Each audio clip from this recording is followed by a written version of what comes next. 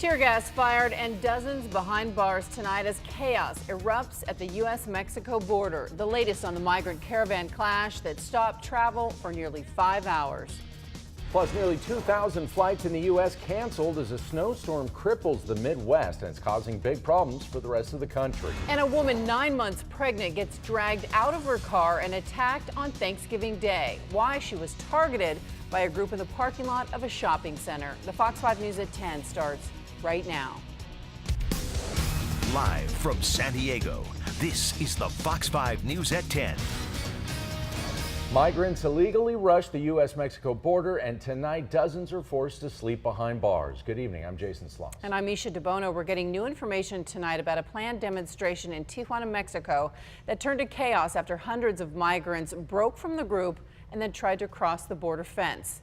The San Ysidro border was shut down in both directions for roughly 5 hours, and the Las Americas premium outlets had to be evacuated as border agents launched tear gas into the northern zone on the Mexico side of the border. Mexican authorities arrested 39 people in Tijuana. Those people will be reported to immigration authorities to be deported to their home countries. Earlier today, Mexico's Interior Ministry said it stopped nearly 500 migrants who tried to illegally enter the U.S., adding that those who can be identified will also be deported. We have team coverage tonight from the border as travelers and shoppers were left with nowhere to go. We begin with Fox 5's Andrew Nomura with how it all began. Andrew. Good evening, guys. Yes, things are back to normal here at the port in San Ysidro, but it was an intense couple of hours as authorities tried to get a handle on today's chaos. A day of chaos. We're like, what's going on? We just see airplanes and a lot of police officers everywhere.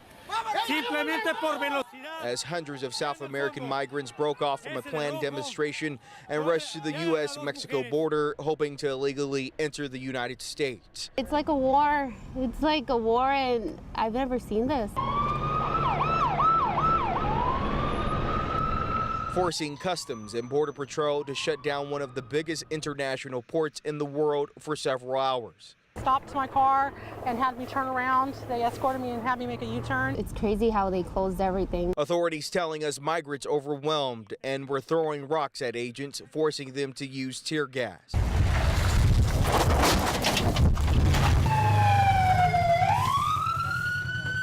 Hey, move those cameras, that way they don't get ran over. The incident happened near the Las Americas outlet mall. Shopping was canceled as people were forced to evacuate. It figures my luck. The day I decide to come down here, this happens.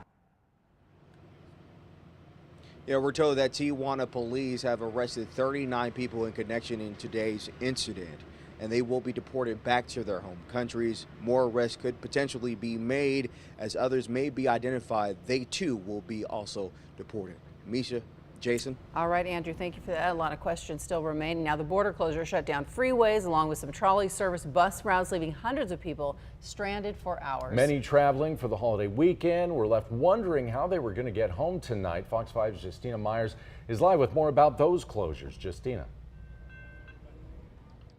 Yeah, Jason, Misha, well, everything is back up and running again now, including this Blue Line trolley behind me. But earlier today, for about 5 hours or so, there really was no easy way to get in and out of this area in San Ysidro. Roads were blocked off, freeways shut down, even the trolley service suspended, leaving many people stranded during one of the busiest travel days of the year. Oh my God, frustrated, but we have to be patient. It's been a long day for Perla Soto, one of many people traveling over the holiday weekend left stranded at the San Ysidro Transit Center, loaded down with luggage with nowhere to go. All of a sudden they say, we're going to close the border, we don't know for how long, and then we wait 5 hours. The trolley service suspended while CBP shut down the San Ysidro vehicle and pedestrian lanes, securing the border as groups of migrants tried to cross. The commotion also shutting down southbound 805 and 5 freeways for hours, causing Soto to miss her flight back home to Los Angeles and leaving others worried about missing work and class. I don't know if I'm going to be able to get back home. I'm going to school tomorrow, so I didn't think I was going to go. An estimated 100,000 people cross the San Ysidro port of entry every day, not just to visit family over the holidays, but to work and study in the U.S., like this man who commutes daily. The sudden closures have affected us. I have to call out on my job to tell them, hey, I might arrive late or I might not arrive at all. And it has affected not only me, but most of my coworkers. For someone who says he's trying to earn money to support his growing family back in Tijuana. Thank you very much. When is he or she due? He's due on the first week of January. He says this is frustrating. I can understand where they're coming from, but honestly, it has come to the point that we cannot empathize with them. And once again, all traffic closures in the area have been lifted. I just checked, and 21 of the 26 entry lanes through the port of entry have been opened. I also checked in on those wait times. It's taking cars between 1 to 2 hours to get through. We're live in San Ysidro. Justina Myers, Fox 5 News. All right, Justina, thank you for the update. Well, a couple hours before the border was shut down, a group here in the U.S. marched to the border in support of the caravan. The group, made up of nearly 24 migrant rights and social justice activists, met at Larson Field Park in San Ysidro, and they marched all the way to the port. Members of that group say that they believe that the migrants have a legal right to seek asylum here in the U.S. In reality, we hope to bring light to this conflict, and in addition to push the narrative beyond, rather than something about this particular administration or something about this particular crisis, to give a broader context. And again, they say they are marching because they do believe that it is their right to seek asylum here.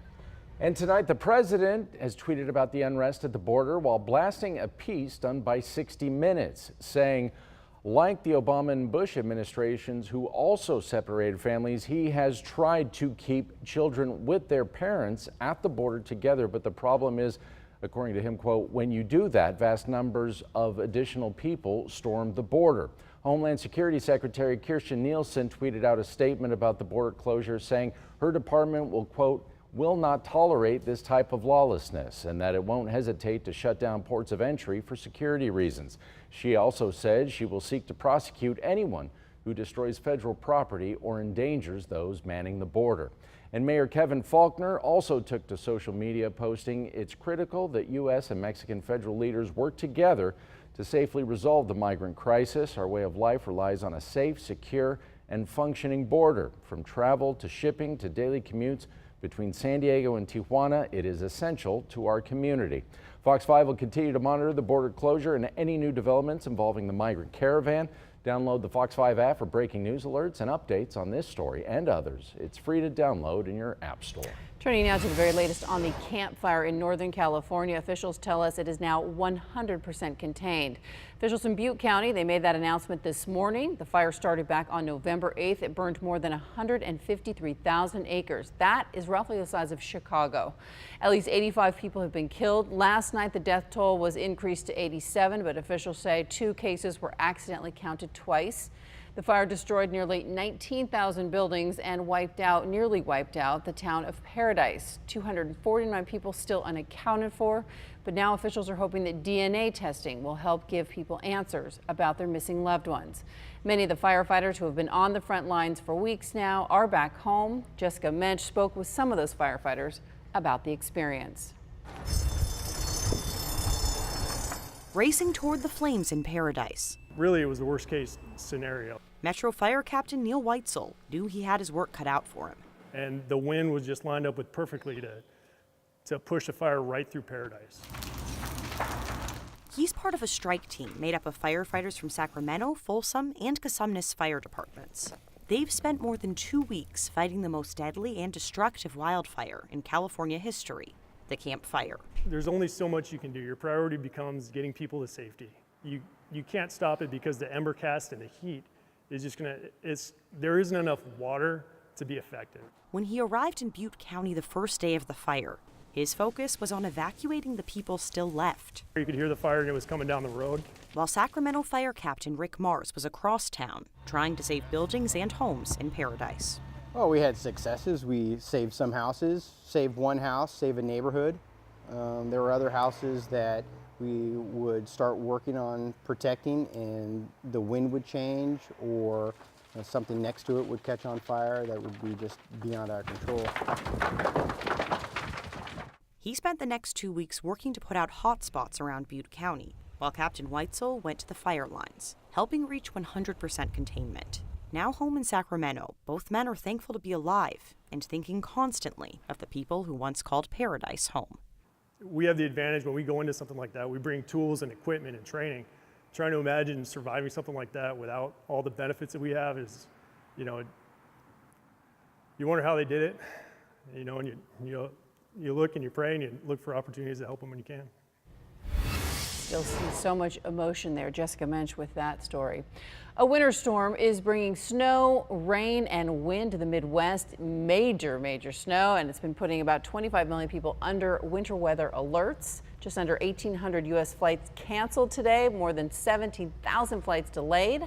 It's the final couple hours of the holiday weekend, one of the busiest travel days of the year, but some may not make it home tonight. In Chicago, snow is forecasted to fall at a rate of 2 inches per hour. And some areas in the Midwest could receive as much as a foot of snow. The governor of Kansas has already issued a state of emergency. Winds of at least 65 miles per hour is snarling traffic, especially in Chicago, one of the world's busiest airports. And taking a look at the traffic out of Lindbergh Field earlier tonight, officials at Lindbergh Field say that the travel period, which started last Tuesday, it ends tonight. It's up 9% this year, seeing about 65,000 passengers a day. That's throughout the holiday weekend. A record 30 million passengers will travel on, that includes all U.S. airlines during the whole holiday weekend. That's more than 2 million passengers a day. That's a lot of people. Well, that's the gamble you take when you leave San Diego for the Yeah, and holidays, why would you, right? All right, let's check in with Victoria Johnson. She's going to look at our weather.